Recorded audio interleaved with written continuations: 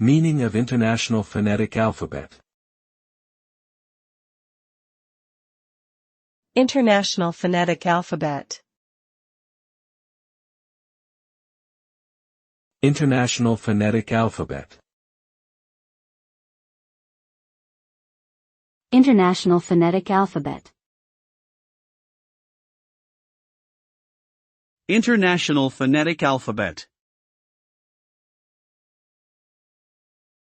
The International Phonetic Alphabet, IPA, is an alphabetic system of phonetic notation based primarily on the Latin alphabet.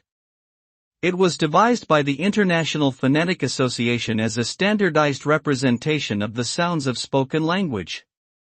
The IPA is used to transcribe the sounds of any language in the world, including regional accents and dialects, and is widely used by linguists, speech-language pathologists, actors, singers, and language learners. The symbols of the IPA represent specific sounds or articulations, rather than letters, and can be combined to represent complex sound patterns.